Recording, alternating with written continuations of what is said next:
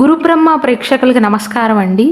ఈ వీడియోలో 2025 నుండి 2026 వరకు కర్కాటక రాశిలో ఒక నక్షత్రమైనటువంటి ఆశ్లేష నక్షత్ర జాతకులకి ఎలా ఉండబోతుందో చాలా క్లియర్గా వివరిస్తానండి. శ్రీ దుర్గాదేవి జ్యోతిష్యాలయం. మీరు ఇప్పుడు వరకు ఎక్కడెక్కడో జ్యోతిష్యం చెప్పించుకుని నిరాశ చెంది ఉన్నారా? అయితే ఒక్కసారి గురువు గారికి ఫోన్ కాల్ చేసి చూడండి. ప్రేమ, పెళ్లి, ఉద్యోగం, రాజకీయం, విదేశీ ప్రయాణం, ధనం నిలకడగా లేకపోవటం, భార్యాభర్తల మధ్య గొడవలు, ఆస్తి తగాదాలు, అప్పుల బాధలు, స్త్రీ పురుషుల ఎలాంటి గుప్త సమస్యలకైనా ఎటువంటి సమస్యలకైనా ఒక్క రోజులోనే పరిష్కారం చూపుతారు. వీరు ఫోన్ నంబర్ 9542637206. ఇంట్రెస్ట్ ఉన్న వాళ్ళు ఎవరైనా ఏ టైంలో వీరికి కాల్ చేయవచ్చు. ఈ ఆశ్లేష నక్షత్రం అనేది కర్కాటక రాశికి సంబంధించింది కాబట్టి ఈ సంవత్సరంలో వీరికి ఆదాయం 8, వ్యయం 2 మాత్రమే, రాజపూజ్యం 7, అవమానం 3 మాత్రమేనండి.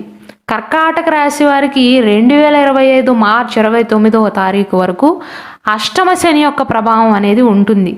అయినప్పటికీ ఈ 2025 సంవత్సరం స్టార్టింగ్లో మాత్రం ఆర్థిక పరిస్థితి అనేది బాగుంటుందండి. సంవత్సరం మొదట్లో ఆర్థికంగా స్థిరపడగలుగుతారు. ఎందుకంటే గురువు 11వ స్థానంలో ఉంటాడు కాబట్టి స్థిరమైన ఆదాయం, పొదుపు చేయగలుగుతారు. అలాగే తెలివిగా పెట్టుబడులు పెట్టగలుగుతారు. ఒక రకంగా చెప్పాలంటే ఓవరాల్గా 2025 సంవత్సరం మొత్తంలో జనవరి నుండి 2025 మార్చ్ మాసం వరకు డబ్బు సమకూర్చుకోవటానికి, పోగు చేసుకోవటానికి మంచి సమయంగా చెప్పవచ్చు. కుటుంబ సభ్యులు, ముఖ్యంగా సోదరులు కనుక ఉన్నట్లయితే ఆశ్లేష నక్షత్ర జాతకులకు సోదరులు, సోదరీమణులు, అలాగే జీవిత భాగస్వామి కూడా మీరు ఆర్థికంగా స్థిరపడే విషయంలో మీకు సహాయ సహకారాలను అందిస్తారు. ముఖ్యంగా ఆశ్లేష నక్షత్ర జాతకులు గనక ఈ సంవత్సరంలో భూమి కానీ, స్థిరాస్తులు కానీ, వాహనాలను కానీ, ఎటువంటి ఆస్తులను కొనుగోలు చేద్దాము అనుకుంటున్నా సంవత్సరం మొదట్లోనే బాగుంటుందండి. చక్కగా ప్రణాళిక వేసుకోగలుగుతారు, తెలివైన నిర్ణయాలను తీసుకోగలుగుతారు. ఎందుకంటే గురువు తెలివిగా ఆలోచించటానికి మాత్రమే కాకుండా తెలివిగా ఖర్చులు చేయటానికి, పొదుపు చేయటానికి సహాయపడతాడు. కాబట్టి ఆశ్లేష నక్షత్ర జాతకులు దేనిపైన ఇన్వెస్ట్ చేద్దాము అనుకుంటున్నా, వ్యాపారం మొదలు పెడదాము అనుకుంటున్నా, ఉన్న వ్యాపారాన్ని విస్తరిద్దాం అనుకుంటున్నా, ఎటువంటి పెట్టుబడులకైనా సరే ముఖ్యంగా మార్చ్ నుండి మే మాసం మధ్యకాలంలో మీకు చాలా అనుకూలంగా ఉంటుందండి.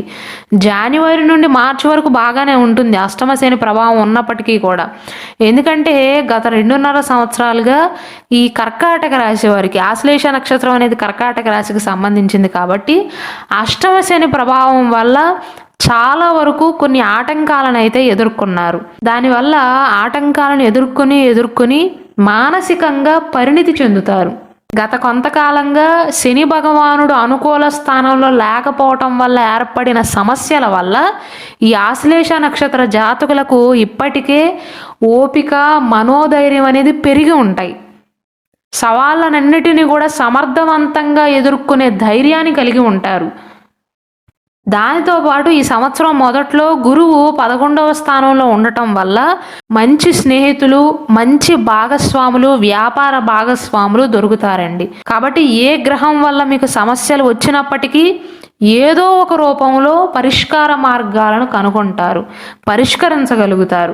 పరిచయాలు అనేవి పెరుగుతాయండి, కొత్త స్నేహాలు ఏర్పడతాయి. అలాగే ఆశ్లేష నక్షత్ర జాతకులు ఉద్యోగం కోసం కనుక వెతుకుతున్నట్లయితే మంచి ఉద్యోగాన్ని సంపాదించే అవకాశాలు ఉంటాయి. అలాగే ఆల్రెడీ ఉద్యోగం చేస్తూ జీవితాన్ని కొనసాగిస్తున్న వారికి ఉద్యోగంలో పురోగతి కూడా ఉంటుంది. దానితో పాటుగా 2025 సంవత్సరం మార్చి 29వ తారీఖున శని 8వ స్థానాన్ని విడిచిపెట్టి 9వ స్థానంలోకి వస్తాడండి.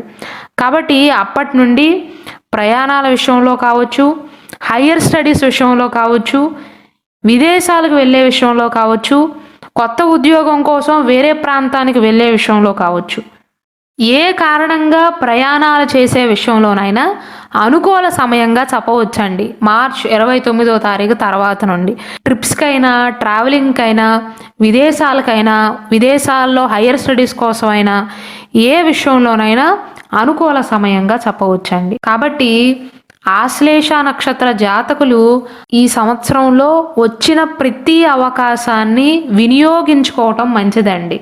నిజాయితీగా పనిచేయండి. అప్పుడే వృత్తిలో అభివృద్ధిని సాధించగలుగుతారు. మే 18వ తారీఖు వరకు కుటుంబ పరంగా కూడా ఆనందంగా ఉంటుందండి. ప్రశాంతంగా ఉండగలుగుతారు. గురువు 11వ స్థానంలో ఉండటం వల్ల కుటుంబ సభ్యుల మధ్య అవగాహన అనేది పెరుగుతుంది. మీకు సహాయ సహకారాలను అందిస్తారు. ఒకవేళ ఆశ్లేష నక్షత్ర జాతకులకు తోడబుట్టిన వారితో గతంలో అష్టమ శని యొక్క ప్రభావం వల్ల చిన్న చిన్న మనస్పర్ధలు కనుక వచ్చినట్లయితే మార్చి 29వ తారీఖు తర్వాత నుండి అవన్నీ కూడా పరిష్కారం అవుతాయండి. సోదరులు, సోదరీమణులు, ఆత్మీయులు, బంధువులు, స్నేహితులతో బాగా కలిసిపోతారు. కుటుంబ సభ్యులతోనే కాకుండా బయట వారితో కూడా మంచి సంబంధాలను ఏర్పరచుకుంటారు. సామాజిక కార్యక్రమాలలో కూడా ఉత్సాహంగా పాల్గొంటారండి. ఆరోగ్యపరంగా కూడా మే మాసం వరకు బాగానే ఉంటుంది. ఒక్క గురువు అనుకూలంగా ఉన్నాడు అనుకోండి, ఏ గ్రహం చెడ్డ ప్రభావాన్ని చూపించినా అన్నిటినీ కూడా గురువు కాపాడతాడు. ఒకవేళ మీకు ఏదైనా సమస్య వచ్చినా గురువు యొక్క ఆశీస్సులు అనేవి మీ పైన ఉంటాయి కాబట్టి సమర్థవంతంగా ఎదుర్కోగలుగుతారు. తెలివిగా నిర్ణయాలను తీసుకోగలుగుతారు. గందరగోళం అనేది ఉండదు. కాబట్టి గురువు ఈ సంవత్సరం మధ్య వరకు కూడా శారీరక దృఢత్వాన్ని, మానసిక క్షేమాన్ని అందిస్తాడండి. అంటే ఆరోగ్యం అనేది బాగుంటుంది. వ్యాపార పరిస్థితులు కూడా అనుకూలంగా ఉంటాయి. ఒకవేళ ఆశ్లేష నక్షత్ర జాతకులు కనుక వ్యాపారాన్ని మొదలు పెడదాం అనుకుంటున్నా, వ్యాపారాన్ని విస్తరిద్దాం అనుకుంటున్నా సరే విజయవంతంగా మీ పనులనేవి మే మాసం లోపు పూర్తయ్యే అవకాశాలు ఉంటాయండి. భాగస్వామ్య వ్యాపారాలు చేసేవారు కూడా బాగానే ఉంటుంది. మీ కృషికి, మీ అంకిత భావానికి కస్టమర్లు ఎక్కువగా వస్తారు. అలాగే వ్యాపార భాగస్వాముల నుండి కూడా మంచి స్పందన అనేది ఉంటుంది. అయితే మే 18వ తారీఖు తర్వాత గురువు 11వ స్థానం విడిచిపెట్టి 12వ స్థానంలోకి వెళ్తాడండి. కాబట్టి ఆ సమయంలో కొన్ని జాగ్రత్తలు తీసుకోవాలి. ముఖ్యంగా ఆర్థిక నిర్ణయాలను తీసుకునే విషయంలోనూ, వ్యాపార వ్యూహాల విషయంలో ఈ సంవత్సరంలోని 2వ భాగం అంటే మే మాసం తర్వాత గురువు స్థానం మారిన తర్వాత కొన్ని ఊహించని అవకాశాలు వస్తాయి. కానీ మీ బద్ధకంతోనే, మీ అనుమానంతోనే వాటిని దూరం చేసుకునే అవకాశాలు ఉంటాయి. కాబట్టి జాగ్రత్తగా నిర్ణయాలను తీసుకోవాలండి. మే మాసం తర్వాత మీకు అనుకూలంగా వచ్చినా ఇది నాకు సరిపడదులే అని చెప్పి పక్కన పడేస్తారు. కాబట్టి మే మాసం తర్వాత జాగ్రత్తగా, తెలివిగా ఆలోచించి మీ కాళ్ళ వరకు వచ్చిన అవకాశాలను సరిగ్గా సద్వినియోగపరుచుకోండి. మే 14వ తారీఖున గురువు యొక్క స్థానం మారుతుంది. మే 18వ తారీఖున రాహు యొక్క స్థానం అనేది మారుతుందండి. కాబట్టి ముఖ్యంగా జీర్ణక్రియకు సంబంధించిన సమస్యలతో బాధపడతారు. అతిగా భుజించటం కానీ లేదా 8 గంటల కంటే కూడా ఎక్కువగా నిద్రించటం వల్ల ఆరోగ్య విషయంలో కొన్ని జాగ్రత్తలు తీసుకోవాలి. ఆరోగ్యం పరంగా ఈ చిన్న చిన్న జాగ్రత్తలు, పెద్ద పెద్ద సమస్యలు అయితే ఉండవండి. అష్టమ శని జరుగుతున్నప్పుడు ఉన్నంత ఆరోగ్య సమస్యలు అయితే ఇప్పుడు ఉండవు. ఆరోగ్యం పట్ల చిన్న చిన్న శ్రద్ధ తీసుకున్నట్లయితే 2025 సంవత్సరంలో ఆశ్లేష నక్షత్ర జాతకులు ఆరోగ్యంగా ఉండగలుగుతారు. అలాగే రాహు యొక్క ప్రభావం అనేది మీకు అంత అనుకూలించట్లేదు కాబట్టి మే మాసం తర్వాత మే 18వ తారీఖు నుండి కొంచెం గందరగోళ వాతావరణం ఏర్పడే అవకాశాలు ఉంటాయి. 3వ వ్యక్తి వచ్చి మీ దగ్గర చెప్పిన మాటల వల్ల ఎవ్వరిని అపార్థం చేసుకోవద్దండి.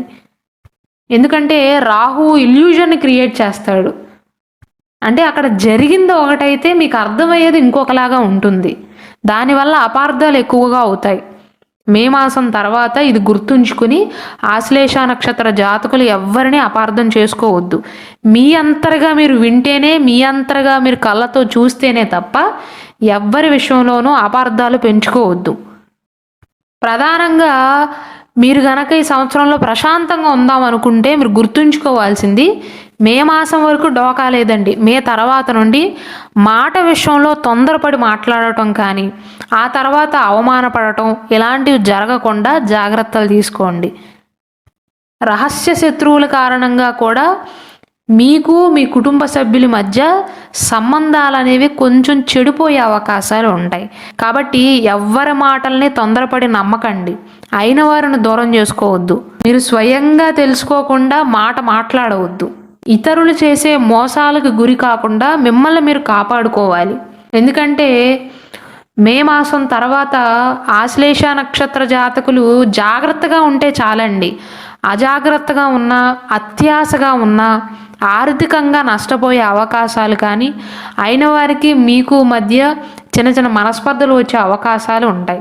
అంతే తప్ప అననుకూలంగా ఉంటుంది అని కాదు. ఇక విద్యార్థులకు ఎలా ఉండబోతుందంటే 2025 సంవత్సరం అనేది విద్యారంగానికి ప్రత్యేకించి అనుకూలంగా ఉంటుందండి. పోటీ పరీక్షలకు సిద్ధమవుతున్న వారికి, అలాగే స్వదేశాన్ని విడిచిపెట్టి విదేశాలకు వెళ్ళాలి అనుకుంటున్న వారికి కూడా విజయాన్ని సాధించే అవకాశాలు ఉన్నాయి. ముఖ్యంగా దేవగురువైనటువంటి బృహస్పతి, శని ఈ 2 గ్రహాలు కూడా దృఢ సంకల్పాన్ని అందిస్తాయి. ఏకాగ్రత, మనోధైర్యం అనేది పెరుగుతాయండి. కాబట్టి చదువు విషయంలో విజయాన్ని సాధించటానికి కావాల్సిన అన్నిటినీ గురువు, శని మీకు అందిస్తారు. మంచి విద్యా సంస్థల్లో చదువుకోవాలి అనుకుంటున్న వారికి, పోటీ పరీక్షలకు సన్నద్ధమవుతున్న వారికి కూడా గ్రహస్థితులు అనేవి అనుకూలంగా ఉంటాయి. అయితే ఎటు తిరిగి మే మాసం తర్వాత గురువు 12వ స్థానంలోకి వెళ్ళిన తర్వాత మిక్స్డ్ రిజల్ట్స్ అనేవి ఉంటాయి. అననుకూలంగా ఉంటుంది అని కాదు. కొత్త విషయాలను నేర్చుకోవడానికి కూడా ఈ సంవత్సరం అనేది మంచి సమయంగా చెప్పవచ్చండి. ఏదైనా కోర్సులు నేర్చుకోవాలి అనుకుంటున్నా, హయ్యర్ స్టడీస్ చేయాలి అనుకుంటున్నా క్రమశిక్షణతో ఉండగలుగుతారు, ఏకాగ్రతతో చదువుతారు, దీర్ఘకాలిక లక్ష్యాలను సాధిస్తారు. మే మాసం తర్వాత విద్యార్థులు కొద్దిగా ఒత్తిడిగా ఫీల్ అయినప్పటికీ కూడా పరీక్షల్లో ఉత్తీర్ణత సాధించే అవకాశాలు ఉంటాయి. కొంచెం జాగ్రత్త తీసుకుంటే సరిపోతుందండి మే నుండి.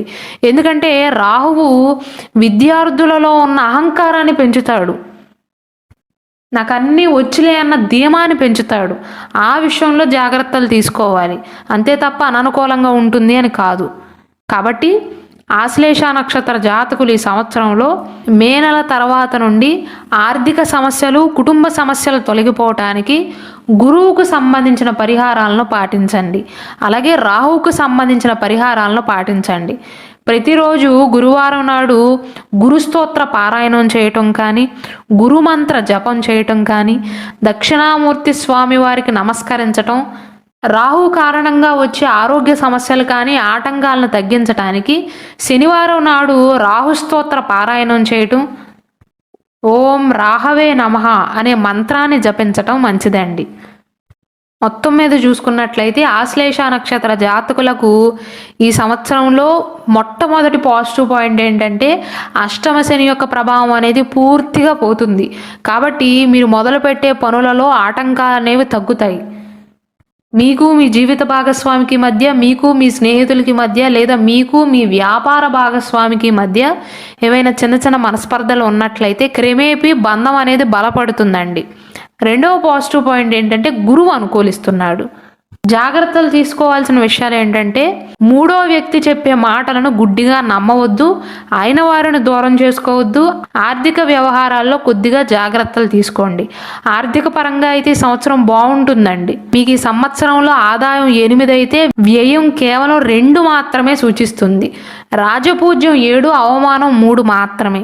కాబట్టి ఆర్థిక పరంగా అవమానాల విషయంలో మీరు ఎక్కువగా దిగులు చెందవలసిన అవసరం లేదు. రాహు యొక్క ప్రభావం వల్ల మే 18వ తారీఖు నుండి గందరగోళంగా ఉండకుండా జాగ్రత్తలు తీసుకోండి చాలు. ఆశ్లేష నక్షత్ర జాతకులు తెలివిగా వ్యవహరిస్తే 3వ వ్యక్తిని నమ్మకుండా నేను చూసిందే నిజం, నేను విన్నదే నిజం అనేటువంటి మెంటాలిటీతో ఉంటే ఈ సంవత్సరంలో మీకు ఎటువంటి ప్రాబ్లము ఉండదు.